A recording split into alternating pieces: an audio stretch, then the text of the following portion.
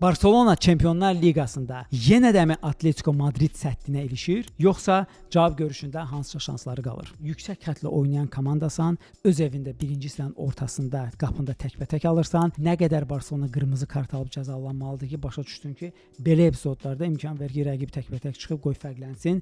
0-1-dən Barcelona 50 dəfə hesabda geri dönməyi bacarıb, amma 10 nəfər və 0-1 bu artıq başqa bir məsələdir. İkinci tərəfdən Hansi Flick'in ikinci hissədə etdiyi dəyişikliklər çox qəribə idi. Belə ki, Lewandowski-ni çıxartmaq hardasa başa düşülürdü. Pedri-ni çıxartmağın məntiqi əslində bir qədər qəribə qaldı. Nəzərə al ki, xətləri qıran, topu özü ilə apara bilən Kubarsi yoxdur. Hücum planında ikinci tərəfdən pressingin atası olan Rafinha yoxdur. Atletico Madrid gördüyümüz kimi burada 4-4-2 orta bloku ilə otururdu və bu blokda xətlər arası oyuncuları tapa bilən, xətləri poza bilən mükəmməl şəkildə Pedri'dən sən komandanı məhrum edirsən. Flick'in gedişi əlbəttə ki, ondan ibarət idi ki, Barcelona rəqibin cərimə meydançasına yüklənəcək, Atletico'nun orta bloku aşağı bloka çevriləcək, hansı ki baş verirdi və Dani Olmo cərimə meydançasına sızmaqda daha effektivdir. Misal üçün onun Interə vurduğu ötən mövsüm bu qolu xatırlamaq olar.